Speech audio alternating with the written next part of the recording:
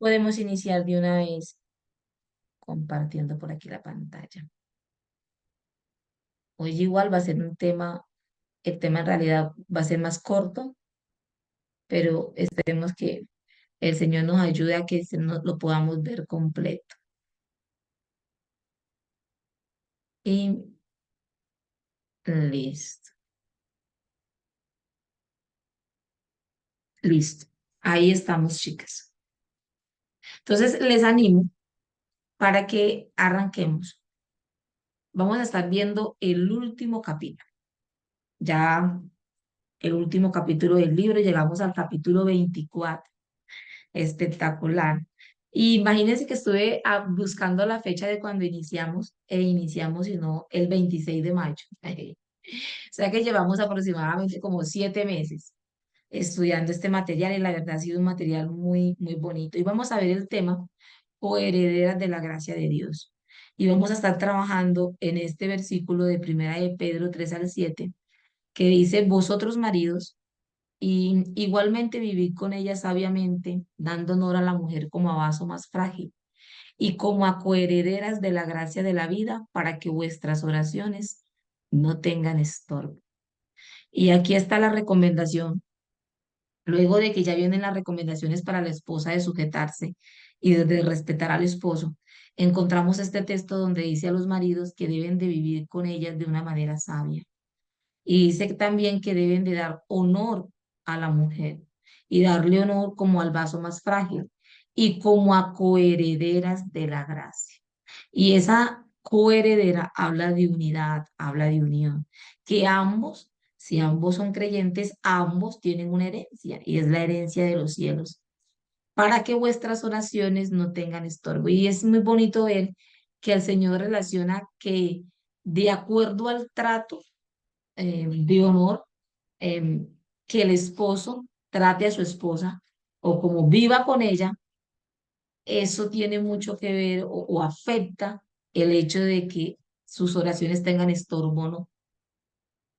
Y me parece muy hermoso del Señor, porque también les pide a ellos que deben de ser coherentes, em, coherentes en cuanto a cómo viven con sus esposas, a cómo tratan a sus esposas. Dice cómo dan honor a ellas. Y reconociendo ese esposo que ella es juntamente con él coheredera de la gracia salvadora, coheredera de la gracia de la vida y que ella también ha recibido de una manera gratuita, ¿cierto? Ese regalo de la vida. Y yo creo que a veces se tiende a perder un poco el punto de vista al respecto. Hoy vamos a estar trabajando y estamos viendo, creo que el libro termina completándonos un panorama acerca de Sara, la esposa de Abraham, y la coloca como un gran ejemplo. Entonces, en esta mañana quisiera que indagáramos un poco de ese reconocimiento que la Biblia da a Sara. Para ello, quiero que vayamos a Génesis, tomen sus Biblias allí, vamos al primer libro de la Biblia, a Génesis capítulo 20, nos va a hablar de una situación en particular con ella. Y ya esta era la segunda vez, la primera vez eh, había hambre sobre la tierra y entonces la Biblia nos cuenta que Abraham lleva a Sara a Egipto y ella la hace pasar por su hermana.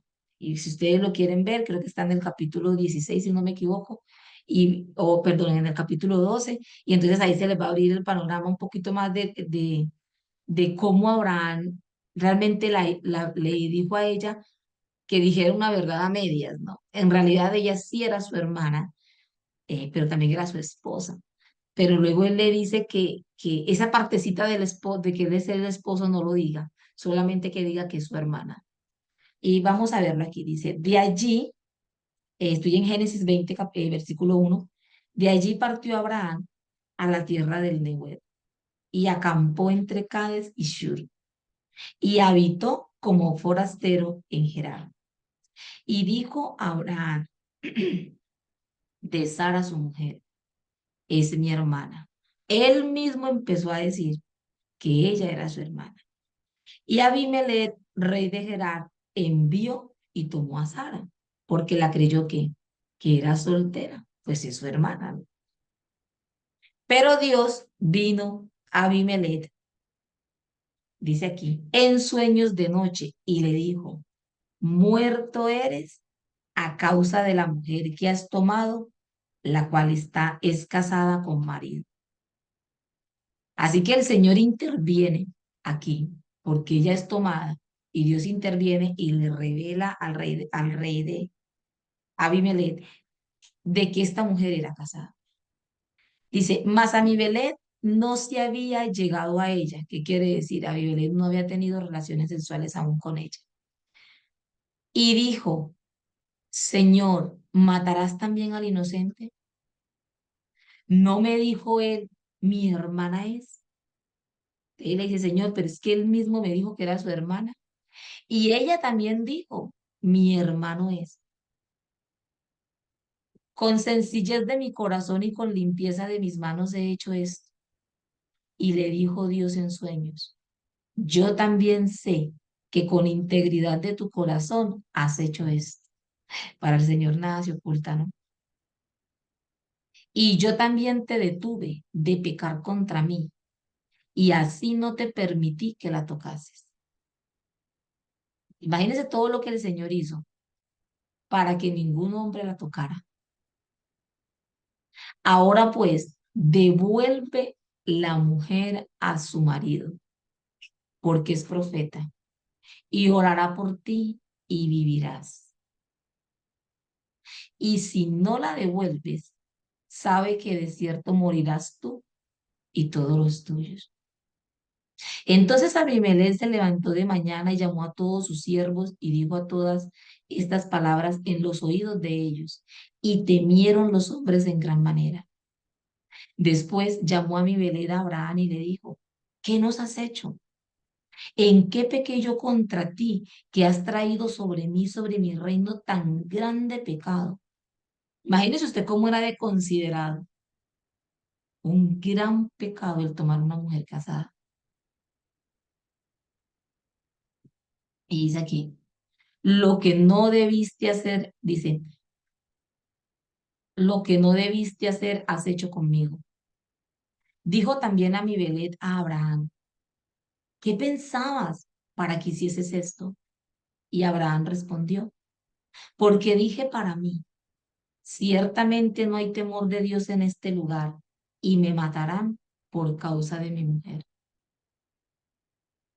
Y a la verdad también es mi hermana, dice él, hija de mi padre, mas no hija de mi madre, y la tomé por mujer.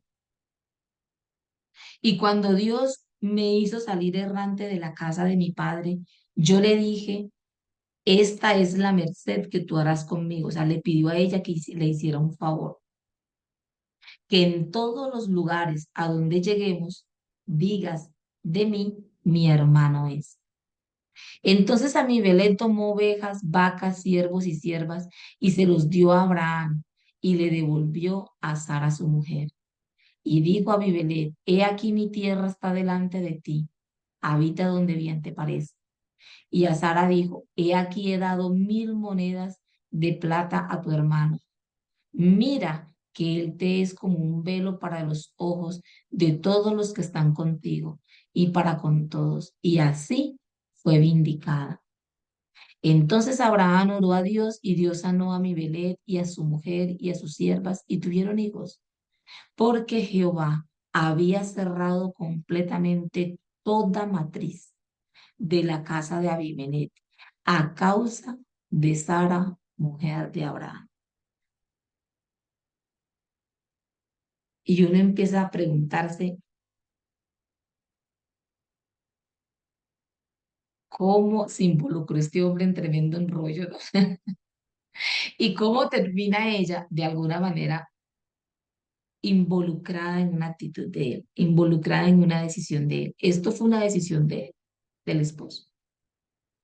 A donde quiera que vayamos, hazme el favor de decir que tú eres mi hermano. Con eso a mí me va a ir bien y no, mi vida no va a estar en peligro. Eso suena a una estrategia muy, muy sabia, ¿no? puede que él haya pensado en su momento que eso era una muy buena estrategia para convivir en esos territorios sin que nada malo le aconteciera.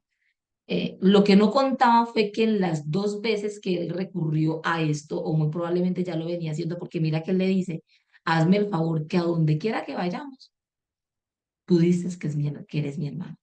Y él en realidad sí era su hermana. Ella no estaba diciendo una mentira como tal, si era su hermana. Lo que pasa fue que era a medias, porque entonces ocultaban la otra parte, cuál era, que él era su esposo. Y esto ya la primera vez le había ocasionado problemas en Egipto. Y el Señor obró, ¿cierto? Y le fue de vuelta a su esposa. Y ahora vemos, o por segunda vez, nuevamente Abraham tomando esta decisión e involucrándola a ella en una decisión como tal. Una mujer puede apoyar a un esposo con un llamado poco claro. Y creo que eso ella nos comentaba en el libro, de cómo Sara podría apoyar a un hombre que sale de su tierra y de su parentela con un llamado y una misión que ella no tiene muy claro, pero que a pesar de eso ella dice, ok, lo apoya. Y a veces yo creo que nosotros nos encontramos muchas veces en ese tipo de situaciones.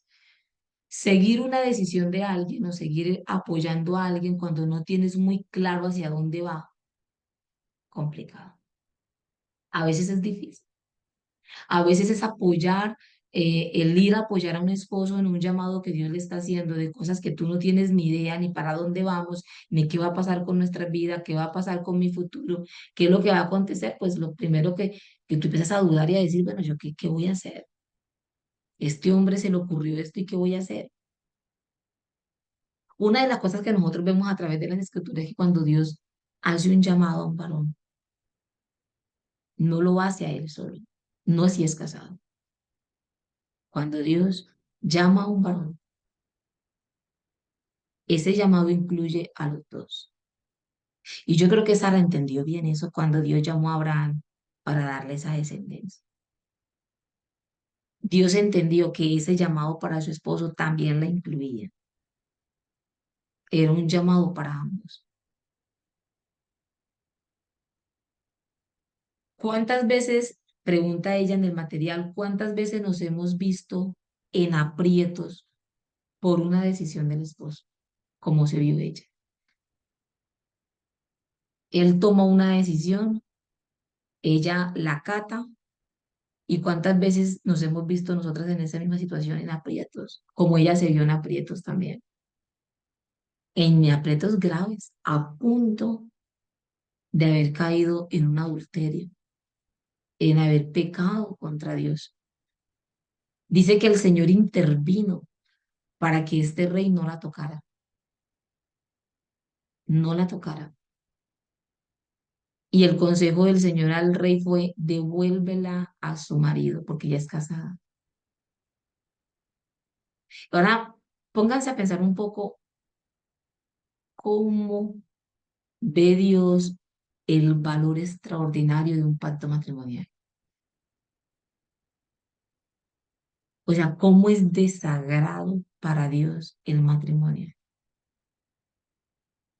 Que Dios interviene, a pesar de que esto fue algo que ellos se buscaron, pero Dios interviene a favor de ellos para que ella no fuese dada y fuese a tener relaciones sexuales con otro hombre. Y yo me imagino a Sara por allí orando y diciéndole, Señor, ¿qué va a pasar conmigo? Me acaban de traer a este palacio, quieren que sea una concubina, una mujer para este hombre, y yo soy casada, Señor. Y ahora, ¿cómo, qué va a pasar, Señor, para de que me devuelvan a mi esposo o para devolverme a mi casa? Pero cómo el Señor trabaja y cómo el Señor interviene y cómo el Señor evita que este rey pecara. Porque una cosa hubiese sido que el rey hubiese sabido que ella era casada. Pero él dice, no, yo no sabía, ellos me dijeron que ella era su hermana. Y el Señor dice, sí, yo sé que tú con integridad hiciste esto. Por eso yo he evitado que tú la toques y que no peques contra mí. ¿Cómo ve Dios el pecado del adulterio? ¿Y cuánto valor da Dios al matrimonio? Y yo creo que Sara no ha sido la única mujer que se encuentra en aprietos a veces y se encuentra en situaciones difíciles por la decisión de un esposo. Yo también me he encontrado en esa situación y yo sé que más de una aquí nos hemos encontrado en esa situación. ¿Cómo es nuestra reacción cuando estamos en esos aprietos? ¿Cuántas veces nosotras intentamos intervenir en esa decisión? O quizás pelear y resistirnos a esa decisión, o oponernos, ¿no? Hacer resistencia. Pero yo veo en Sara una mujer muy sumisa, una mujer que ella reconocía su lugar y reconocía cuál era el lugar de su esposo. Eso lo vamos a ver más adelante. En la página 368 de sus materiales, para que vayamos ahí avanzando, busquen su página 368.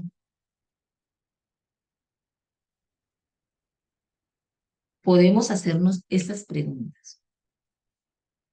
¿He permitido que Dios dirija su vida y su obra? Está hablando acerca del esposo. ¿He permitido yo que sea Dios quien se encargue de dirigir la vida y la obra en mi esposo? ¿O he sido yo la que he tenido que intervenir? ¿Realmente sí me he hecho yo a un ladito para permitirle a Dios a que sea Él y solo Él quien se encargue de su vida? ¿He tenido yo en alta estima la vocación y los intereses de mi esposo? ¿O he tenido yo en gran estima la vocación y los intereses de esa persona que Dios ha puesto delante de mí como autoridad? ¿Qué tan valioso puede ser el llamado y la vocación y los intereses de mi papá, por decir, si estuviese en casa? ¿Qué tan valioso es para mí? Los líderes que Dios ha puesto, ese llamado y esa vocación que Dios les ha dado a ellos, ¿qué tan valioso es eso para mí? Y las que están casadas, ¿qué tan valioso es para ti la vocación y el llamado del esposo, los intereses del esposo? He sido ayuda idónea para mi marido. Él es un hombre más fuerte, mejor, más capaz como resultado de tenerme a mí como esposa. Se ha convertido en alguien mejor. Si Dios estuviera creando a la mujer perfecta para él, hubiera sido yo. Unas muy buenas preguntas para nosotras hacernos cada una en esta mañana. La misión de Dios para con Abraham incluía a los dos, incluía también a Sara. Porque cuando Dios saca a Abraham de Ur, de los caldeos, y lo saca y lo lleva y le dice, sal de tu tierra y de tu parentela, al lugar que te mostraré. El Señor no le dijo cuál lugar, le dijo que se lo mostraría. Y él salió de la casa, salió de su hogar y dejó su tierra y su parentela y salió con su esposa. Y Dios le prometió que era a través de ella que el Señor le daría una gran descendencia.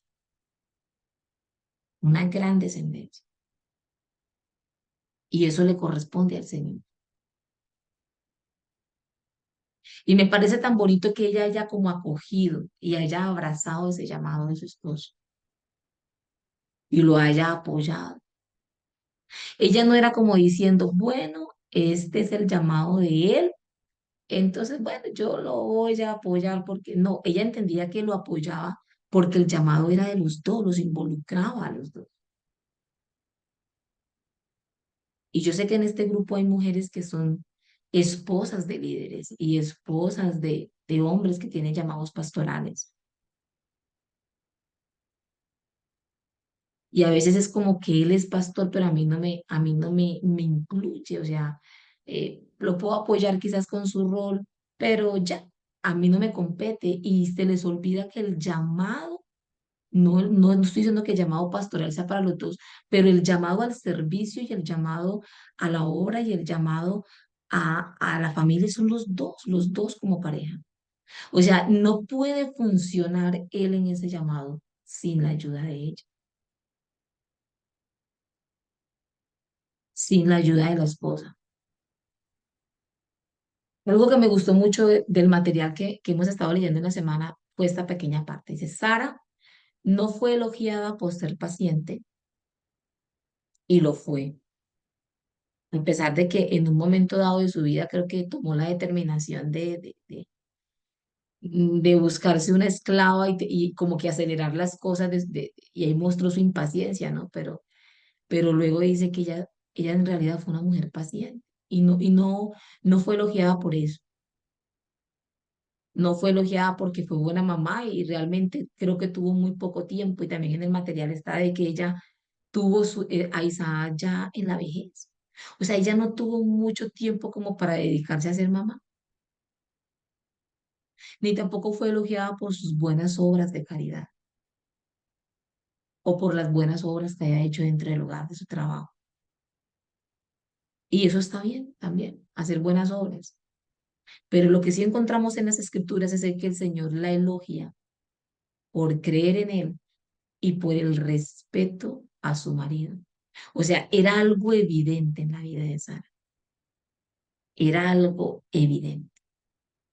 Fue una mujer que noto que creció, se desarrolló y cada día como que ella se iba fortaleciendo más en el respeto a su marido. El tema del respeto al esposo, si yo me pregunto cuántas veces lo he visto desde que soy creyente, puedo decirles que muchas. Y a veces cuando llegan esos temas a nuestra vida, nosotros podemos decir, ay, qué pereza, otra vez lo mismo. ¿Cuántas veces nos van a estar hablando de la sujeción y el respeto? Pero ¿sabe cómo lo veo yo? Que cada oportunidad que el Señor trae a nuestras vidas estos temas, el Señor lo que está es puliéndonos, renovándonos, nos trae nuevamente porque quiere que aquello se perfeccione más. Y cuando vuelve y lo trae a nuestra vida, quiere que lo perfeccionemos más. Y si de aquí a unos años nuevamente lo repetimos y nuevamente nos trae este mismo tema, el Señor quiere que lo perfeccionemos aún más. Que no nos quedemos solamente con el pedacito que conocí hace 10 años, sino que aquello se ejercite en nuestra vida y crezca. Y eso yo veo en la vida de Sara. Ella fue perfeccionada por el Señor y cada día iba creciendo, cada día más, cada día más. Ella entendía y comprendía ese rol de autoridad que Dios había dado a su esposo.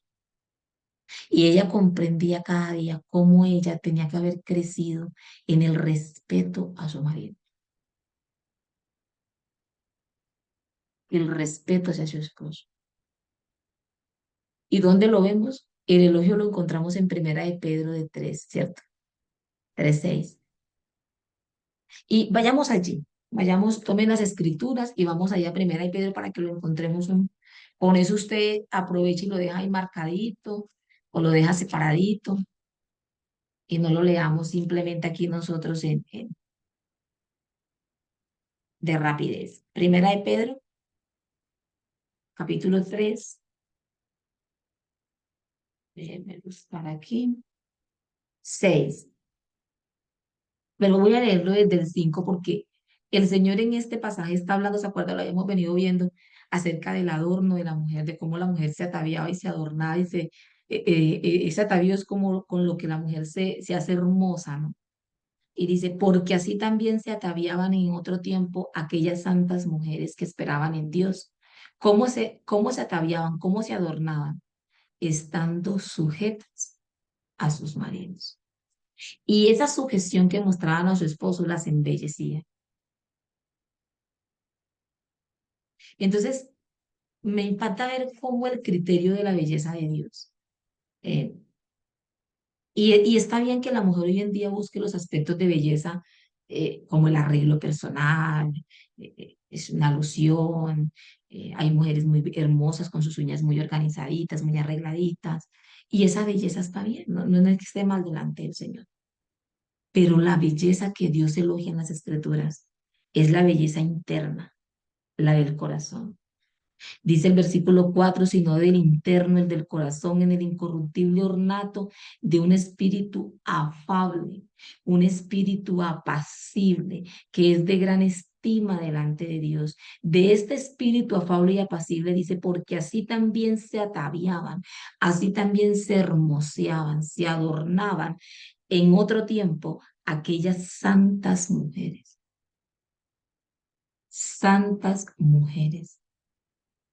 que esperaban en Dios, que confiaban en Dios.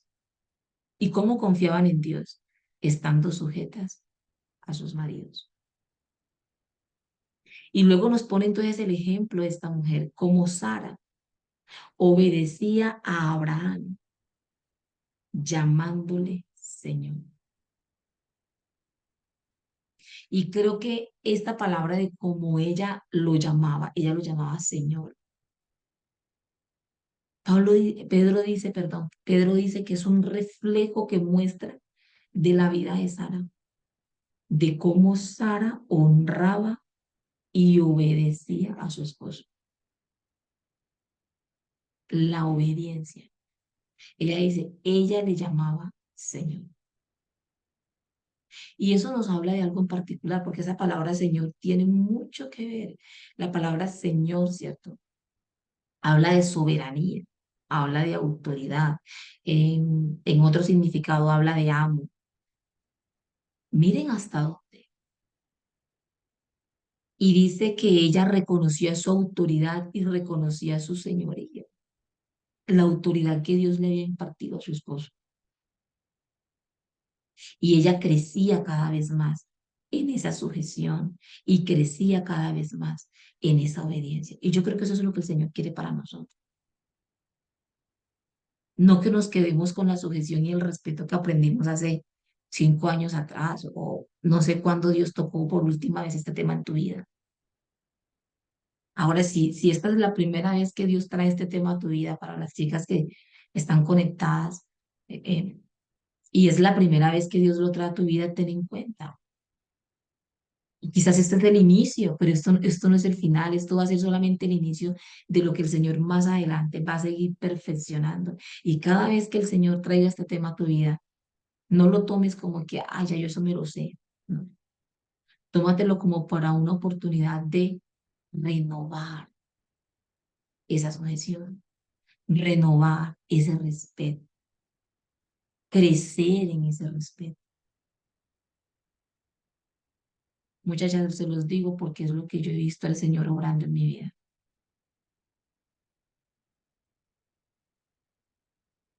Yo veo al Señor cada día.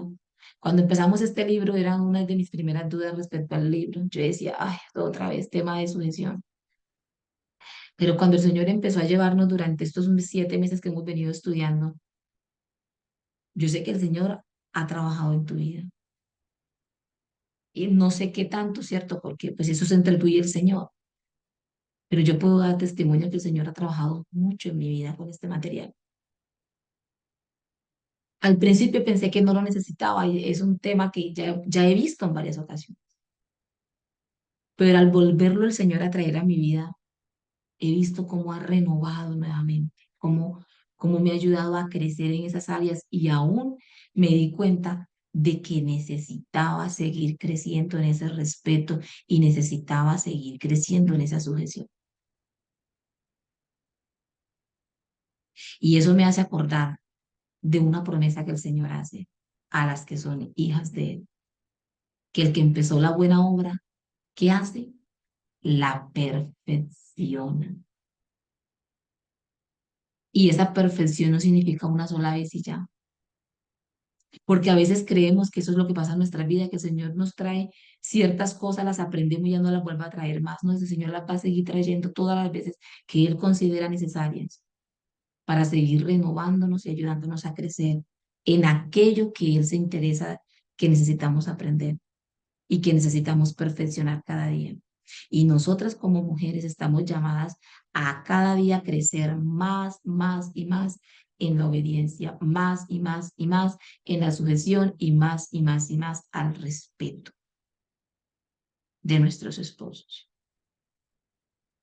También nos da un ejemplo muy particular de Sara y dice el versículo 6, como Sara que obedecía a Abraham llamándole Señor, de la cual vosotras habéis venido a ser hijas, si hacéis el bien sin temer ninguna amenaza.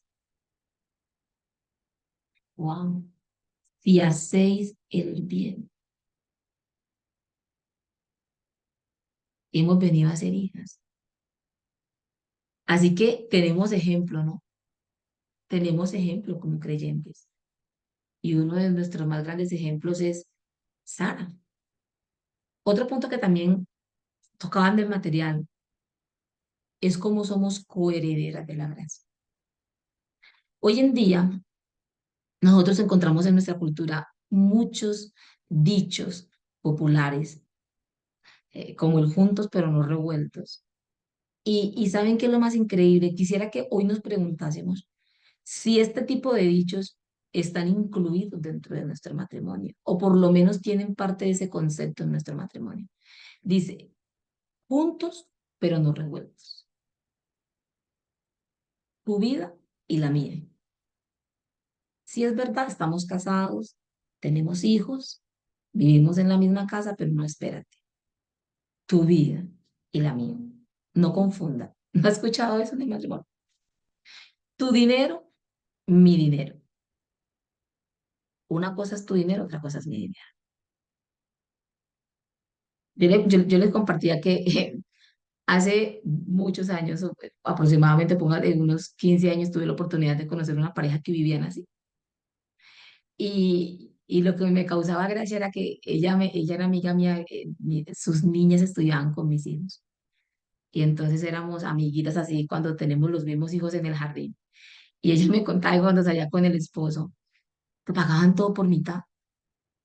Todo era 50 y 50.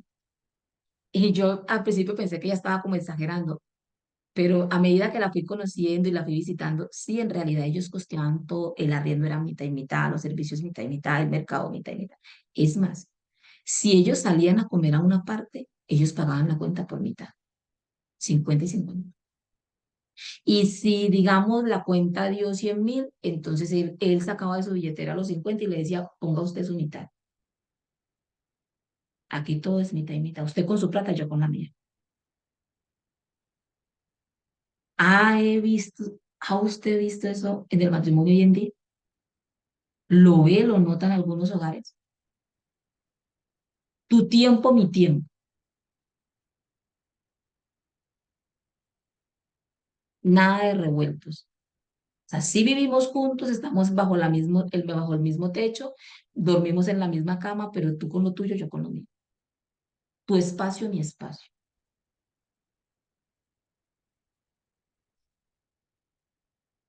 Tus cosas, yo en las mías. O sea, ni tú te metes en mis cosas, ni yo me meto en las tuyas. Es un pacto matrimonial con una absoluta independencia. No dependencia, sino independencia. Cada uno vive independiente de otro. La pregunta que debemos de hacernos nosotras ¿es eso bíblico? ¿Es eso como Dios diseñó el matrimonio? ¿De esa manera Dios quiere que los matrimonios sean?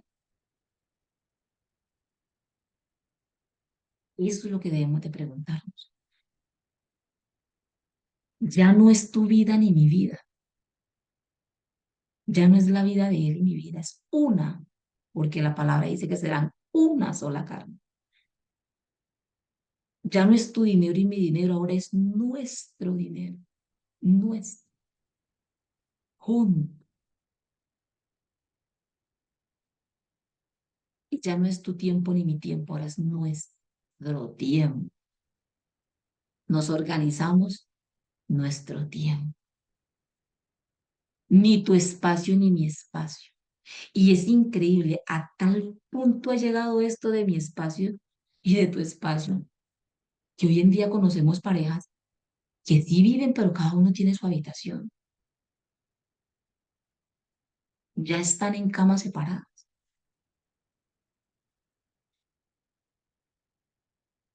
Muchachas, hace poco conocí una pareja así.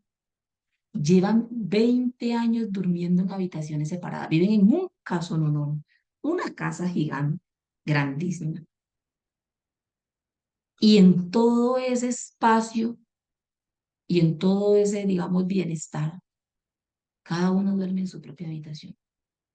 Y cuando le pregunté por ese hecho, me dijo, no, ya hace más de 20 años que no dormimos juntos.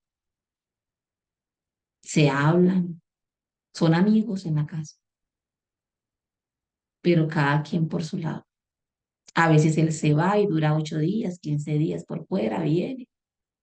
Igual él tiene su habitación a donde llega. Hasta eso hemos llegado. Miremos un poco al respecto de este tema en la página 372 de sus materiales.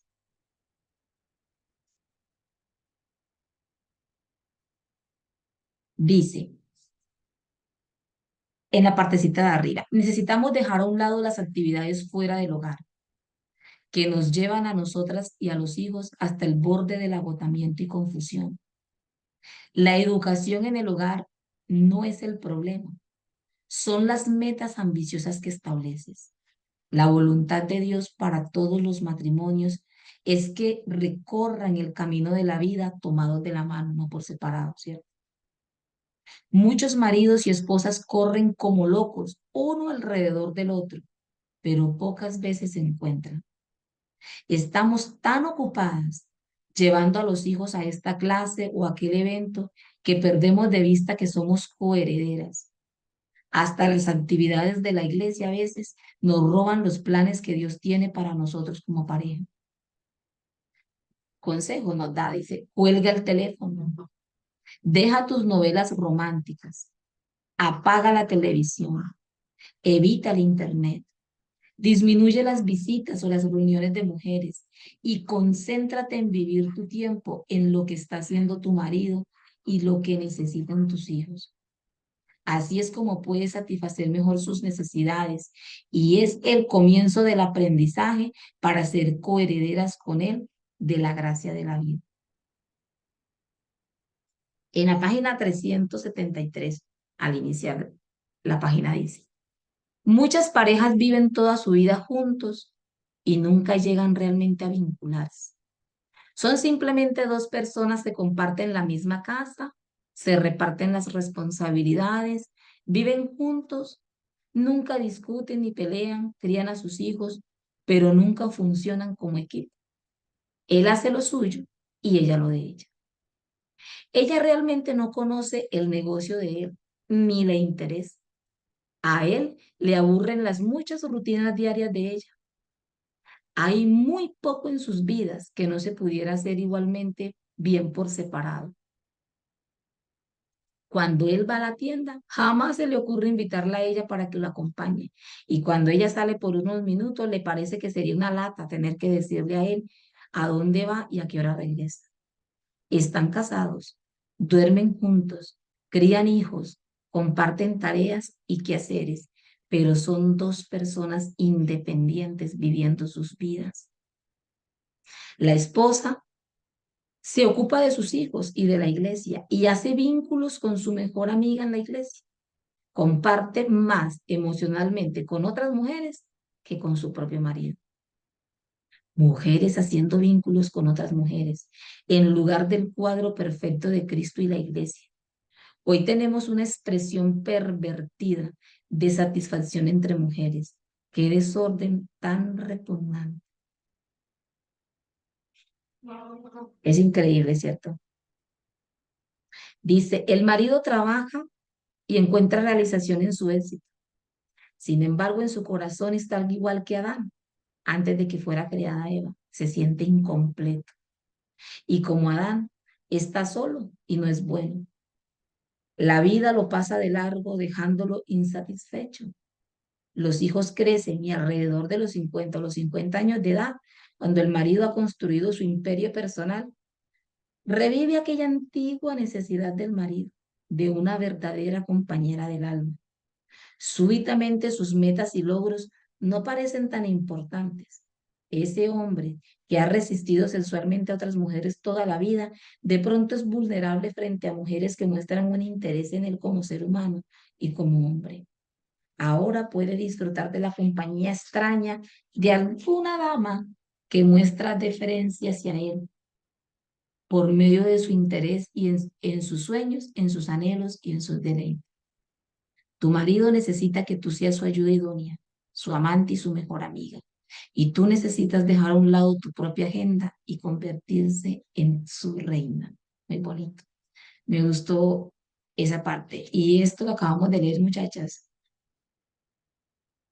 abunda, abunda. No hay vínculo, no hay nada de vínculo. Y creo que eso es lo que el Señor desea para los matrimonios, que haya un vínculo donde esta pareja se conozca profundamente, donde conversen de todo, se cuenten todo. Y muchas veces, no estoy diciendo que sea así, porque si tú te puedes preguntar en esta mañana, eh, ¿por qué hay poca confianza en mi matrimonio? O sea, ¿por qué entre los dos no hay confianza? Porque eso pasa en los matrimonios. Ni yo confío mucho en él, ni él confía mucho en mí. Entonces, la comunicación a veces se vuelve nula o se vuelve difícil. Pero el Señor nos hace un llamado a nosotras a perseverar o por lo menos a poner ese grado de arena, hacer el esfuerzo, poner de nuestra parte para que esa confianza dentro del matrimonio empiece a fortalecerse. En la página 376 vamos a ver algo muy práctico a desarrollar para que la pareja pueda nutrir o para que como nosotras como mujeres podamos poner nuestra parte de cómo fomentar esa confianza. En el segundo párrafo dice la vinculación, el vínculo del enlace, ¿cierto? Dice, llegar a ser coherederos comienza con la esposa, porque ella es el vaso más frágil y tiene la más grande necesidad. Es la necesidad visible que ella tiene de él, lo que lo despierta. O sea, la necesidad que se ve visiblemente, que ella necesita de él, la que hace que él lo despierte. Si ella invierte su vida en agradarle y servirle, él desarrollará un instinto protector, cuidadoso hacia él. A medida que él adquiere confianza de que su corazón está en buenas manos con ella y que ella pone en primer término el bienestar de él, empezará a confiarle su ser más íntimo.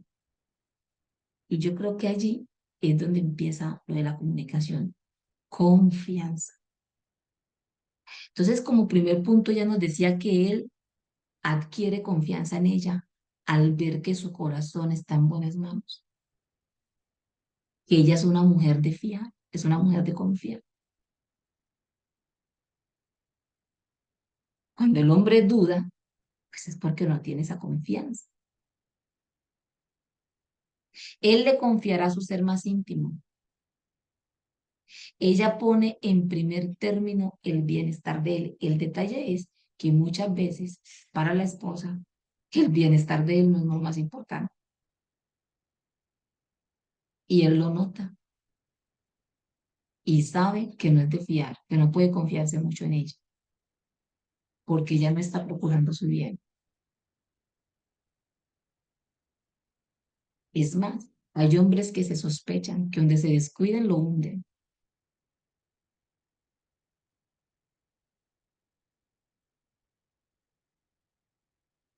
Cuando una mujer se vincula a su marido, él adquiere fuerza y estabilidad.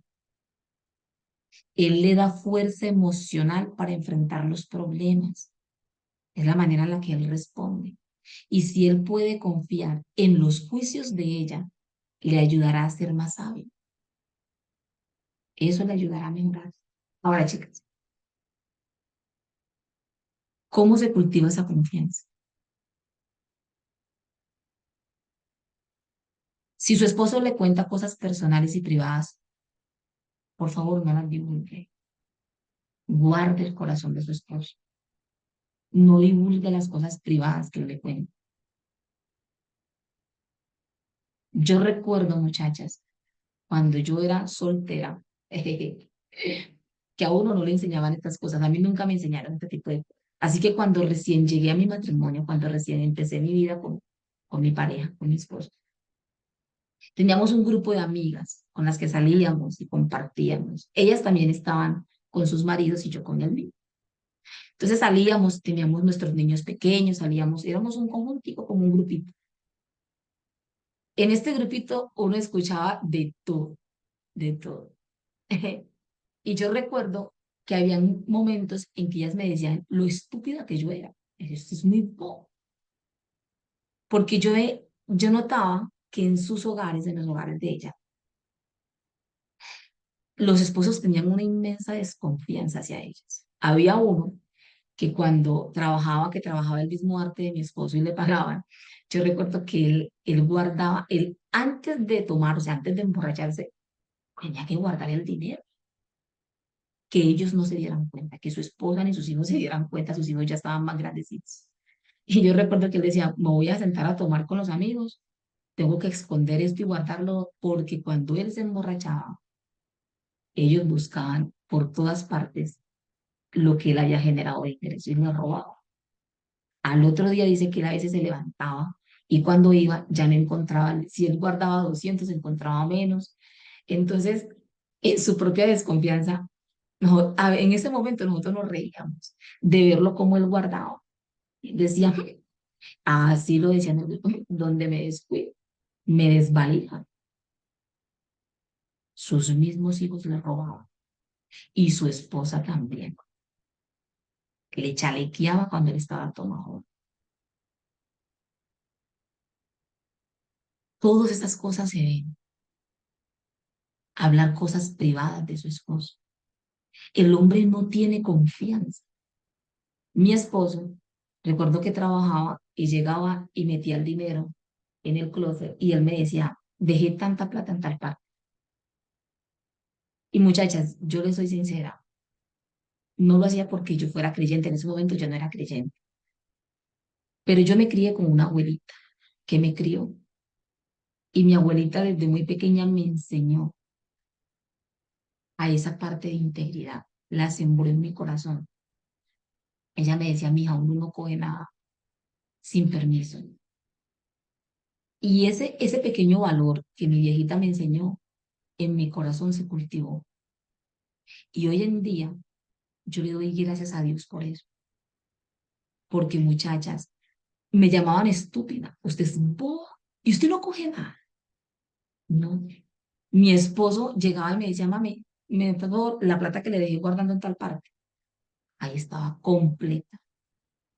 Hoy en día hablando con él, después de 23 años que llevamos juntos, a veces conversamos al respecto y él me cuenta. Él dice, mami, por eso será que yo confío tanto en usted en cuanto al dinero. Muchachas, yo manejo la cuenta del negocio, la empresa de mi esposo. Yo hago las consignaciones, yo hago los pagos, yo hago todo. Él todo me llama, haga tal vuelta, pague esto, consigne esto, todo. Cuando nos sentamos, las cuentas son claras. Cuando nos sentamos a hacer cuentas, dan claramente. Muchachas, eso no significa que porque yo sea la que esposa, no, pero eso crea confianza. Y hoy en día yo veo el resultado de aquello que en mi corazón alguien sembró, que fue mi viejita, ¿cierto? Y yo no conocía del Señor, yo no conocía en ese tiempo. Ahora en el Señor veo cuán importante es ese principio. Ahora en el Señor como que lo afirmo y digo, Señor, gracias, porque eso ayudó mucho en mi matrimonio. Señor, gracias. Muchachas, la confianza. la confianza, porque si no, no van a poder ellos contar nada, les van a tapar cosas, a ocultarle decisiones, a ocultarles cosas, porque no confían en su esposo, no confían en ella. Nutran, fortalezcan, edifiquen, construyan la confianza en el corazón de sus esposos, que ellos puedan confiar y sepan que usted es una mujer de fiar. Eso es bíblico, está en Proverbios 31, versículo 11 y 12. Ahí lo coloqué un poquito en la pantalla. Dice, su esposo confía plenamente en ella y no necesita de ganancias mal habidas. Ella le es fuente de bien y no de mal todos los días de su vida. Ella no es fiable por temporadas, ella no es fiable por semestre, ella es fiable todos los días de su vida. Y su esposo confía en ella.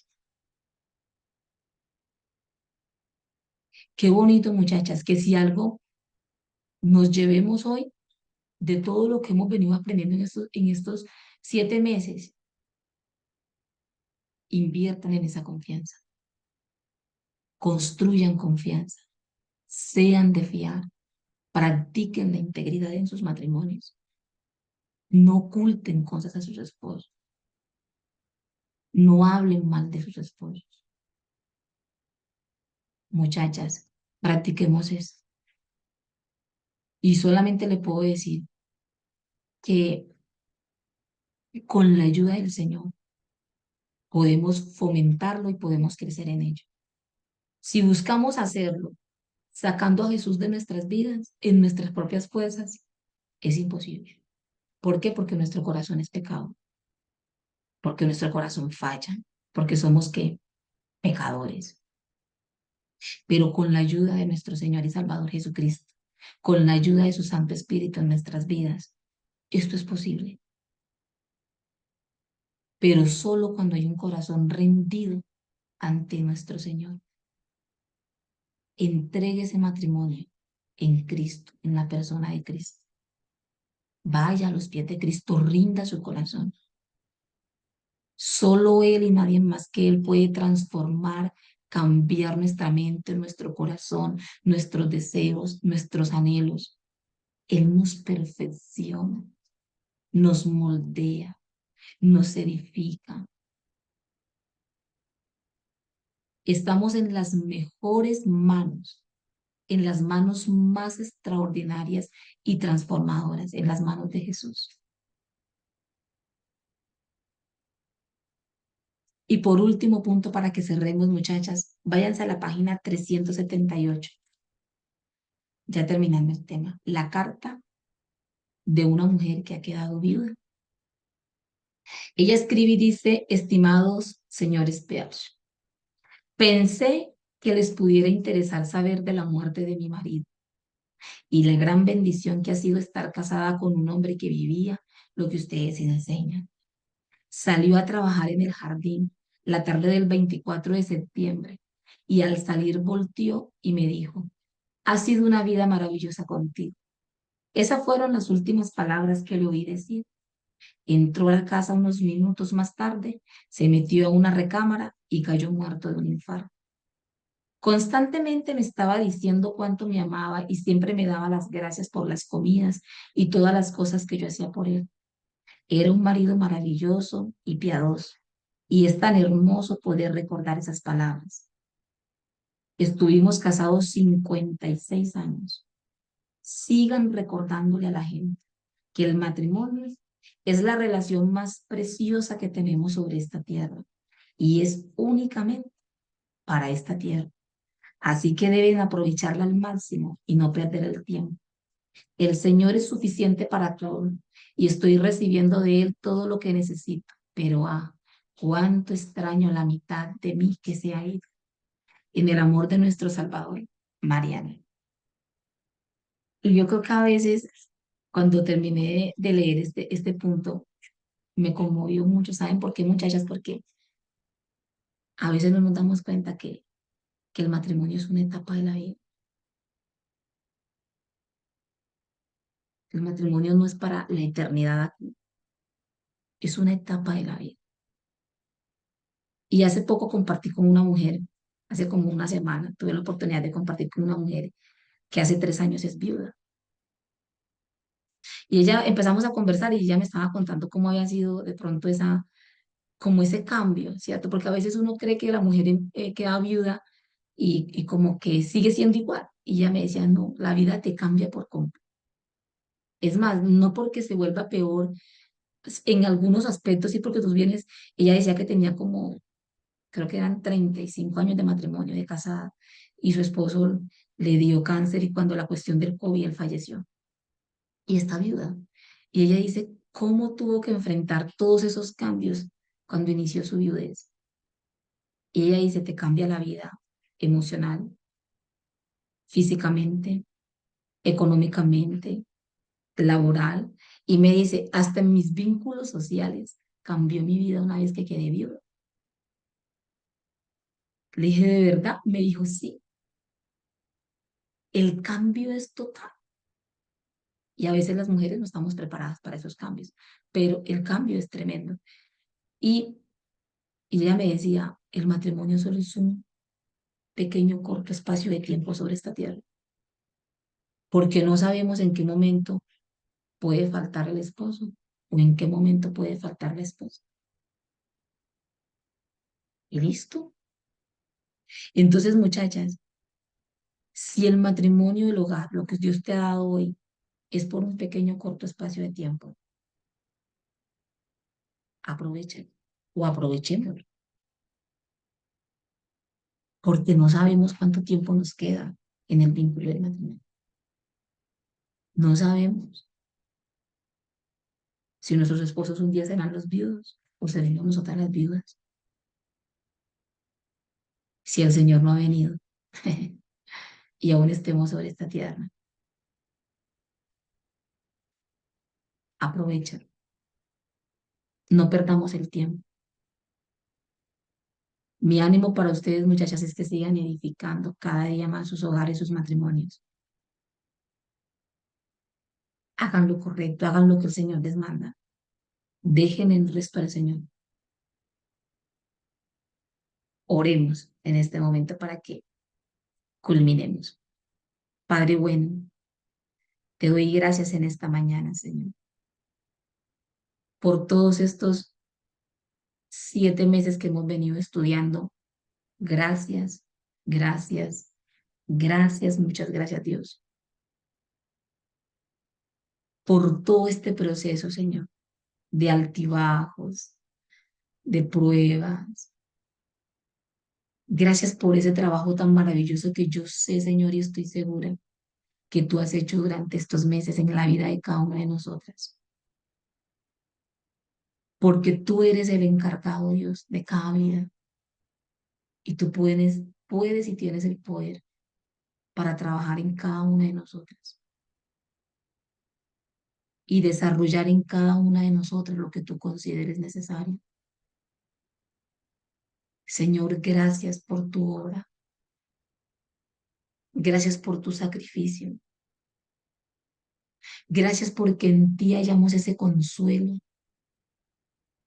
hallamos esa vida eterna, porque tú nos instruyes, nos capacitas, porque tú, Señor, quitas la necedad que el mundo ha sembrado en nosotros.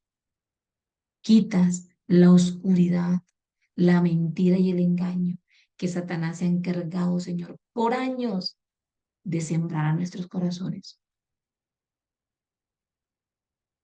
Pero tú viniste, Señor, para dar vida y darla en abundancia, para deshacer las obras del enemigo, para dar luz en medio de las tinieblas. Gracias, Señor. Gracias. Te pido que tú seas liberándonos, liberando nuestras mentes de toda esclavitud. Ayúdanos, Señor, para que nuestros corazones y mentes sean renovados cada día más y veamos la verdad, Señor, conforme a tu palabra, no conforme a este mundo. no conforme a las cosas de esta tierra, de este mundo, que tienen un concepto errado, dañino, precario del matrimonio, Señor. Y quiero unirme con mis hermanas en esta mañana a orar por esos matrimonios que hoy, Señor, están destruyéndose, Dios. Matrimonios a punto de un divorcio, matrimonios derrotados, acabados, hogares destruidos, con hijos, Señor, en medio de todo este conflicto. Yo te ruego, Señor, por esas mujeres que están allí, por esos matrimonios, Dios, para que tú seas hablando al corazón de cada una de ellas. Señor, que tú puedes hablar a ellas y que ellas puedan tener un corazón dispuesto a oír tu consejo y tu dirección antes de que sea demasiado tarde. Por favor, Señor, ten misericordia de cada una de nosotras. Oro por cada una de las privilegiadas aquí presentes, Señor, por cada una de las mujeres que se están conectando, que están escuchando los estudios, las que a veces no se pueden conectar los viernes, pero luego lo escuchan, Señor, en la grabación, por cada una de ellas, Dios, para que tú seas edificando sus vidas, Dios, te lo rogamos. Ten misericordia, Señor, extiende tu bondad sobre cada una de ellas. Bendícelas, Dios. Señor, y te damos gracias porque has permitido que estudiemos este tema. Gracias, Señor, por lo que has hecho en nosotras. Te alabamos, te bendecimos, te exaltamos en esta mañana. En el nombre de nuestro Señor y Salvador Jesucristo. Amén y amén. Chicas, voy a dejar por aquí de compartir este material y podemos, voy a parar la grabación para que nos quede entonces el espaciocito de tiempo para nosotras, chicas.